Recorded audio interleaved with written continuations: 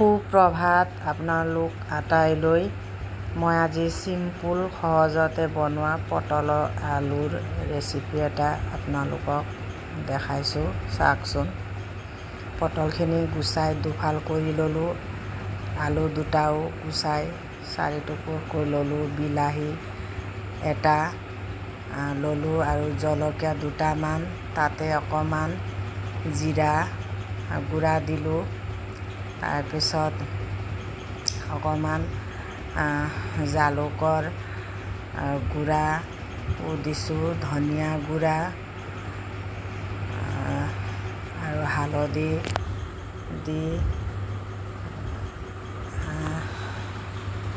আৰু নিমখ আন্দাজমতে দিলোঁ। তাতে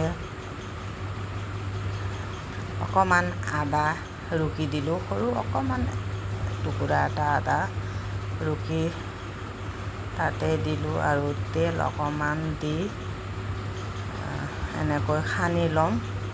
এনেকৈ সানি লৈ মই 1 মিনিট বা 2 মিনিট অকণমান সময় ঢাকি থৈ দিম। এনেকৈ ঢাকি থৈ দিম। বৰ সোনকালে হয় ৰেচিপিটো, পটককৈ সহজতে। আৰু এনেকৈ কুকাৰত মই দিলোঁ 2 হুইচেল দি দিলোঁ এনেকুৱাকৈ। তাৰপিছত অকণমান শুকানকৈ ভাজি ল'লোঁ। তিল ভাজি লৈ তাতে 2 চামুচমান তিল গুড়া কৰি লোৱা তিল দিলোঁ, 2 চামুচ। এনেকৈ দি এই চব্জিটোত আপুনি দালি নোখোৱাকৈও খাব পাৰে, বৰ ভাল লাগে। আপোনালোকেও এনেকৈ খাই চাব।